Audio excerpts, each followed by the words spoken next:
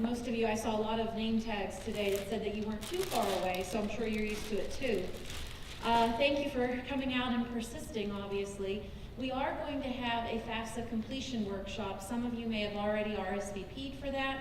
That's going to be kind of at the end of the day at 12 o'clock, so we are still having that. We'll be in the library, and even if you didn't RSVP, there's no one from admissions here to yell at me. I'm going to invite you anyway. If you have questions, if you've already filled out your FAFSA, but maybe you want to ask a question about some of the results, we certainly will have the ability for you to log in and bring it up.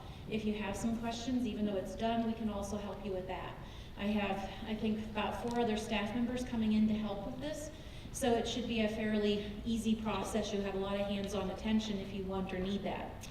With that being said, you do have a lot of information coming at you. I just want to make sure I always start my spiel, so to speak, with the things I really, really need you to remember. First off, I know our phone number probably appears in a lot of publications, but I'm just going to throw it out there again.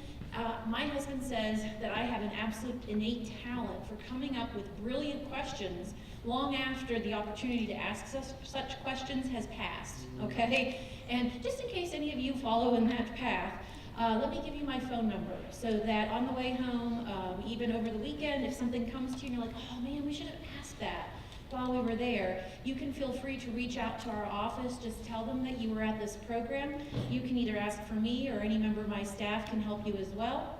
And we will do our best to get you whatever information you may need or clarify whatever item that you had a question about.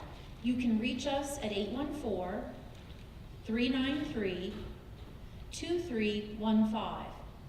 So it's 814-393-2315. And we're in the office Monday through Friday, 8:30 till 4:30. Clarion did a kind of unique, I don't know if it's unique, but it certainly was a big change for us, and within the state system, there's not many schools that do this. We combined our financial aid office and our billing office 2 years ago, 2.5, I think this will be actually our 3rd fall kicking off. Because we found that there were a lot of times that the questions really overlapped. If a student was starting off by calling or a parent was calling about a bill, a lot of times that ended up being, well, wait a minute, I have this bill because what piece of my financial aid isn't there yet? And then you'd have to get transferred to a different office. If you were there in person, you'd have to trot up the hill. It snows, it rains. It just wasn't very convenient, we didn't think, for our families. So when you call that number that I gave you, you're really calling the Student Financial Services Office, which is not only financial aid, it's also the student account folks. So if you have a question about a bill or you have a question about your financial aid, either way, we can get you with that one number in that one office. We're in the basement of Carrier Hall. I also learned after moving down to Carrier Hall, forget saying the name of the hall, just say to everybody, we're next to Starbucks, works much better. I don't know if you already know where Starbucks is on campus, but I can guarantee you within a very short period of time, your children will, okay? So I've learned, we're just downstairs in the basement, building across from Starbucks. That's where you find us. So again, at least you have an idea of where you're contacting and who you're contacting if you have questions. The other key piece of information I need to get out there is our deadline. Clarion's not very original. We use the state grant deadline for FAFSAs, and that is May 1st.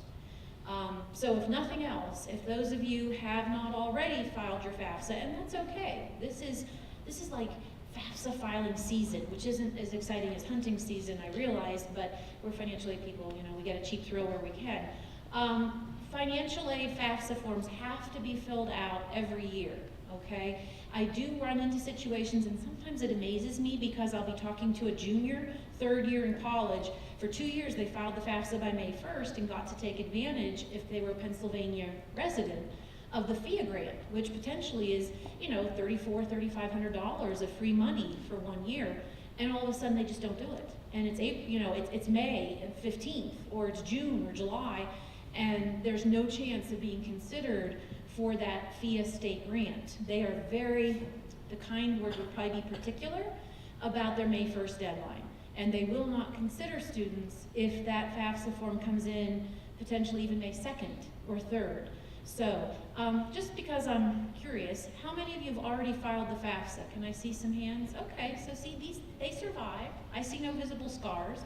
It's not bad. It really isn't. You hear a lot of workshops, you hear a lot of things from your guidance counselor and other parents and coworkers that you're familiar with that have had children. Oh yeah, you gotta do that fast. That's bad. It's really not. It is time consuming in the sense that it's the federal government. And what does the federal government like? They like forms, they like red tape, they like to ask lots of questions.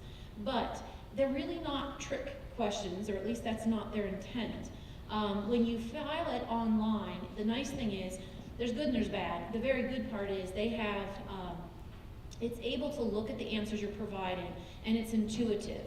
So if you indicate that you don't have any untaxed income, it doesn't make you answer the next 5 questions about different types of untaxed income. So that's good.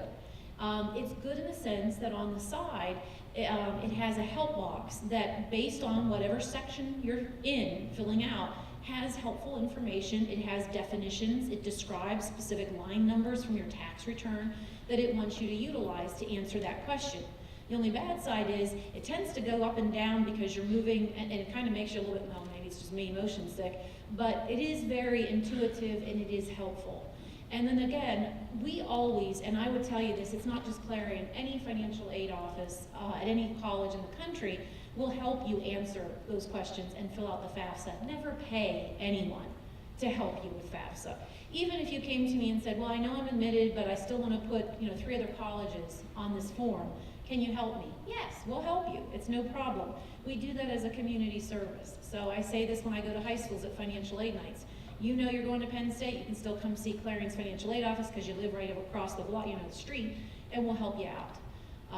And that is really the only application for financial aid beyond the loan master prom note that Clarion requires you to fill out. Some colleges have additional institutional apps.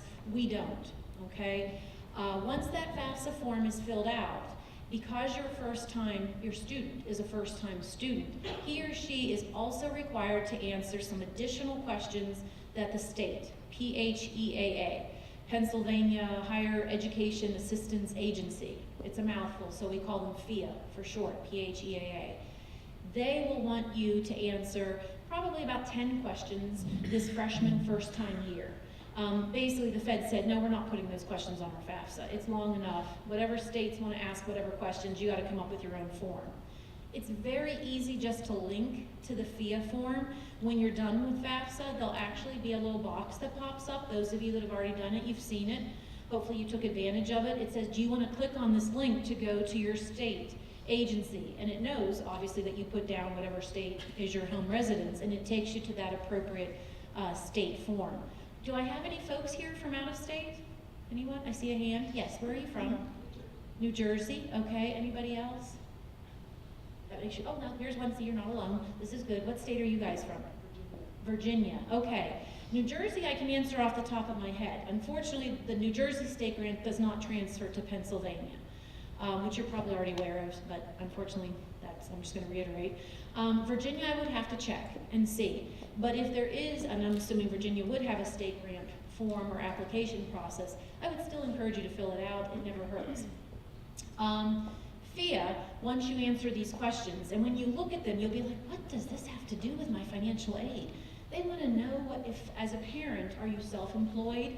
Are you a farmer? Are you employed by somebody else? And you're like, really? The deal is this. PHEAA has to report back to the state government how and who they're giving awards to.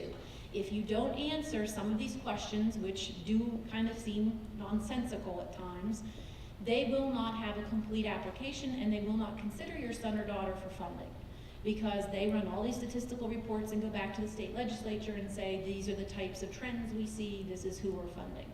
So just answer the questions. They literally want you to print out a signature page.